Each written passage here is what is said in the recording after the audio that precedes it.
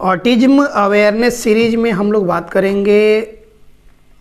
कल एक सेशन लेते टाइम एक बच्चे के पेरेंट्स ने पूछा कि सर सही बता सकते हैं कि कब तक ये ठीक हो जाएगा, या एक अनुमानित समय आप बता सकते हैं कि ये 1 साल या 1.5 साल, अगले 1-1.5 साल में ये पूरी तरह से इंडिपेंडेंट हो जाएगा कि नहीं हो जाएगा।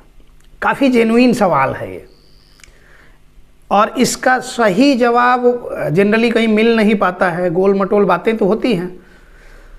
तो वो चूँकि खुद भी मेडिकल फील्ड से हैं, वो डेंटिस्ट हैं, तो उनका सेशन चल रहा था, उनके बच्चे को प्रॉब्लम है थोड़ी सी, तो उसके लिए ये हो रहा था। उसी बीच में ये सवाल हुआ।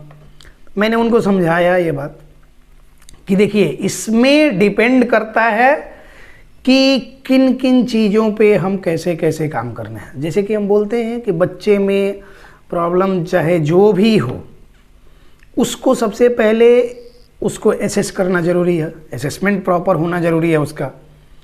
उसके बाद से उसमें step by step procedures follow किए जाएंगे, तो वो ज़रूरी है। अब एक उदाहरण से आप समझिए, जैसे क्या होता है ना कि एक हमारे इंग्लिश में 9th या 10th क्लास के ये में आता था कि right arm is thicker than left arm, ऐसा करके वो चैप्टर था।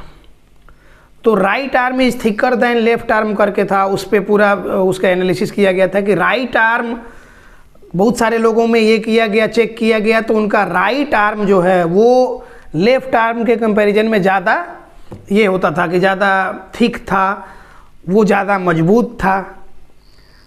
कुछ लोगों में पाया गया कि उनका लेफ्ट आर्म ये है, तो फिर देखा गया कि आखिर ऐसा क्यों। तो पता चला कि वो लेफ्ट हैंडेड हैं, वो लेफ्ट हैंड को ज़्यादा यूज करते हैं। इसलिए जो लेफ्ट हैंड को ज़्यादातर यूज करता है उसका लेफ्ट हैंड ज़्यादा थिकर है। मतलब कि इसके कंपैरिजन में, राइट के कंपैरिजन में ये मोटा है और ये मजबूत है। उसके बाद से जो राइट हैंड का ज़्यादा यूज करते हैं, राइट आर्म का ज़्यादा यूज करते हैं, उनमें क्या हो रहा है कि ये ज़्यादा थिकर है, ज़्यादा ये। तो मतलब इससे ये निकलता है कि जिस चीज़ का यूज आप ज़्यादा करेंगे वो डेवलप ज़्यादा होगी।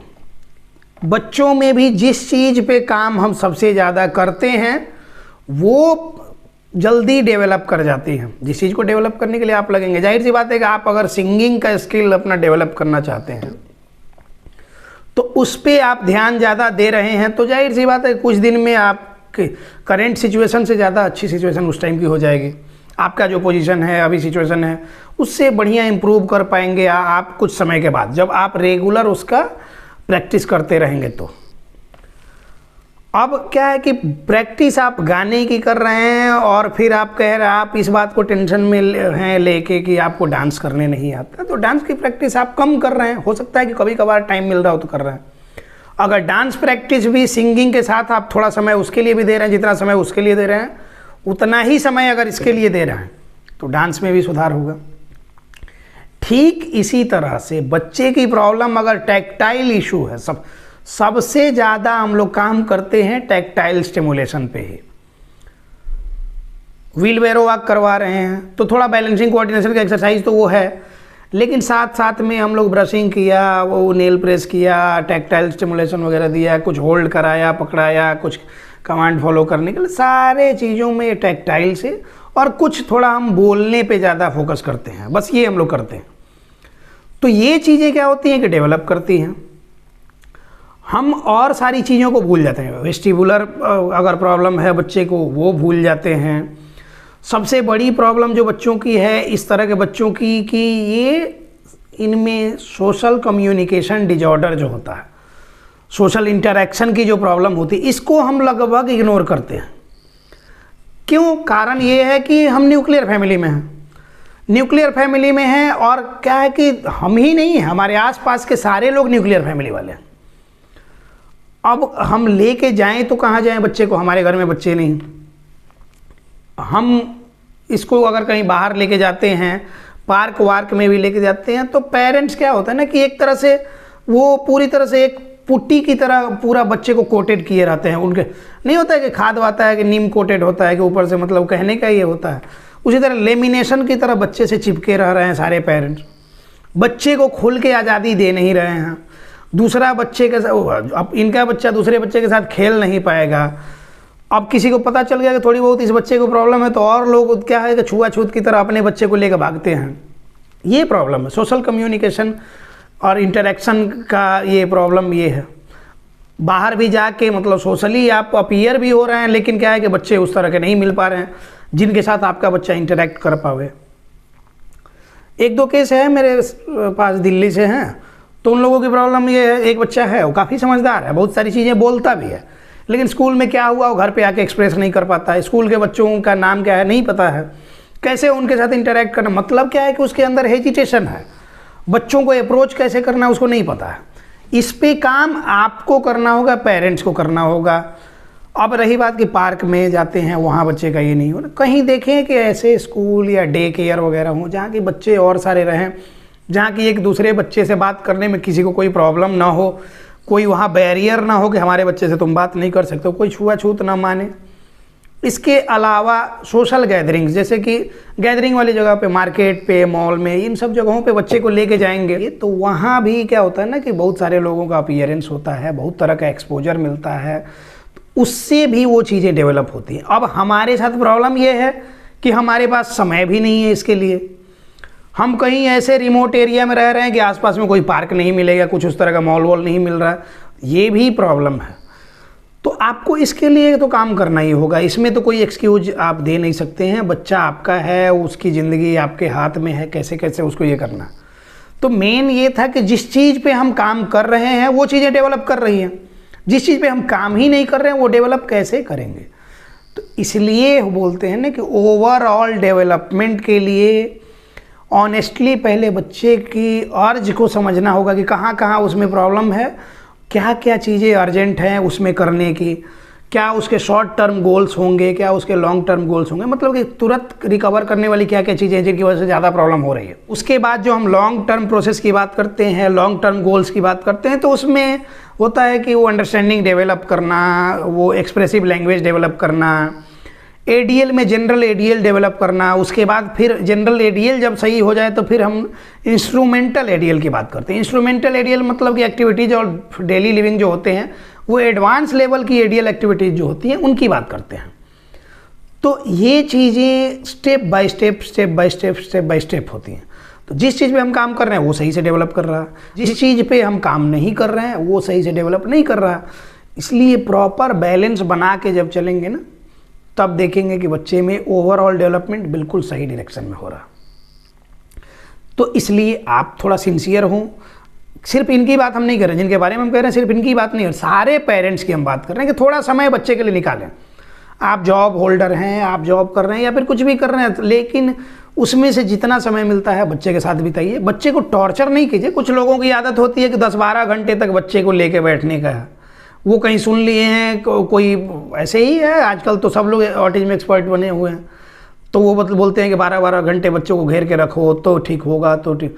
तो इस तरह उन लोगों का चैनल देख देख के कुछ लोग उसमें भी पागल बने हुए हैं और फिर बच्चे को भी ये कर रहे हैं, परेशान कर करके रखे हुए हैं। ये सब चीज़ें नहीं करनी है। 4 से 5 घंटे डेली आप बच्चे को 6 महीने समय दे सकते हैं। आपका बच्चा कैसे भी कंडीशन में होगा वो 70-80% तक इम्प्रूव कर जाएगा। हाँ, सही डायरेक्शन में उसको ले जाया जाए, स्टेप बाय स्टेप जो प्रोसीजर फॉलो करने चाहिए वो सारी चीज़ें आप करेंगे। तो बहुत सारे लोगों के बच्चे में सिर्फ माइल्ड ऑटिज्म है, या फिर बॉर्डर लाइन ऑटिज्म है, या फिर वर्चुअल टाइप ऑटिज्म है, या फिर ऑटिज्म है ही नहीं। और सारे डिफरेंशियल डायग्नोसिस अलग अलग तरह के हो सकते हैं, लेकिन फिर भी वो सीवियर ऑटिज्म उनको बोल के परेशान किया जा रहा है। और वो भी मान के बैठे हुए हैं कि ये सिम्टम्स हैं, ये सिम्टम्स। इंस्टाग्राम वगैरह देख के, गूगल वगैरह देख के, यूट्यूब वगैरह देख के, फेसबुक वगैरह पे पोस्ट देख के, आजकल हम लोग को पता भी कहाँ से चलता है, यूट्यूब से, कि मेरे बच्चे को ऑटिज्म है। उसके लिए कोई सही एक्सपर्ट जो होंगे वो सही से आपको चीज़ें बताएंगे। बच्चे को देखिए सीवियरिटी क्या है, वो 1-2 दिन में डायग्नोसिस हो ही नहीं सकता है। तो जो पहले ही दिन कह दे रहा है कि सीवियर ऑटिज्म है, तो आप समझिए ना कि गलत बात कर रहा है, मत मानिए उसकी बात। आप टेंशन में नहीं रहेंगे, आपको स्ट्रेस डिप्रेशन कुछ भी नहीं होगा।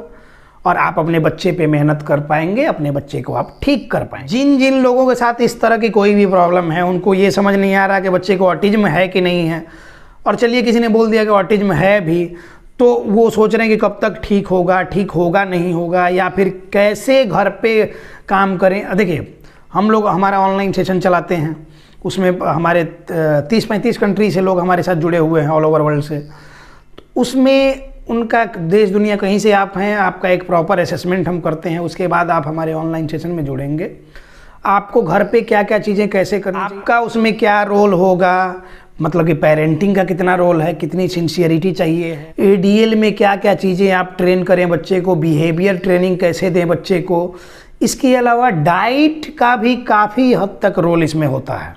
डाइट पे हमने एक डिटेल्ड वीडियो बनाया, एक नहीं 3-4 वीडियो बनाया, वो आप देखेंगे तो डाइट के बारे में भी आपको आइडिया मिल जाएगा। तो ये सारी चीज़ें हम उस सेशन में समझाते हैं, और ऐसे आप फॉलो करते हैं तो ऑटिज्म क्योर हो सकता है। इसलिए बार बार बोलते हैं कि be aware, be positive, autism is curable. अंत में एक बात ऐड कर देते हैं, जो लोग हमारे साथ हमारे ऑनलाइन सेशन में जुड़ना चाहते हैं, देश दुनिया जहाँ से भी आप देख रहे हैं, हिंदी भाषा आपको समझ में आ रही है तो मेरी बात समझ में आ रही होगी। तो आप अगर हमारे साथ जुड़ना चाहते हैं, हमारे ऑनलाइन सेशन में अपने बच्चे का असेसमेंट कराना चाहते हैं, और उसके बाद घर पे रह के ही उसको सही तरीके से सुधारना चाहते हैं, तो ये जो नंबर हमारा दिया हुआ है, इस पर आप कॉल करके बात कर सकते हैं, या फिर मैसेज करके आप प्रोसीजर जान सकते हैं कैसे हमारे साथ जुड़ना चाहिए। आप हमारे साथ ऑनलाइन सेशन में जुड़ जाएंगे, और ये 99.99% हम आपको गारंटी देते हैं, क्योंकि 100% एक्यूरेसी मतलब क्या होता है कि झूठ, तो इसलिए 99.9999% ये गारंटी देते हैं कि आप जुड़ेंगे हमारे साथ, पहले ही सप्ताह से आपके बच्चे में इम्प्रूवमेंट होगी। क्योंकि आप जिस दिन से हमारे साथ हमारे सेशन में जुड़ते हैं, आपका बच्चा सिर्फ आपकी रिस्पॉन्सिबिलिटी नहीं होता, हमारी भी रिस्पॉन्सिबिलिटी होता है। तो इसलिए जो लोग भी जुड़ना चाहते हैं, ऑटिज्म को क्योर करना चाहते हैं, क्योंकि ये क्योरेबल है, तो आप हमारे मिशन ऑटिज्म फ्री इंडिया के मुहिम में सहयोग हमारा कर सकते हैं, हमारे साथ आप जुड़ सकते हैं। नहीं तो भटक तो आप रहे ही हैं। तो इन्हीं सब बातों के साथ इस टॉपिक को क्लोज करते हैं, मिलते हैं किसी नेक्स्ट टॉपिक में। धन्यवाद।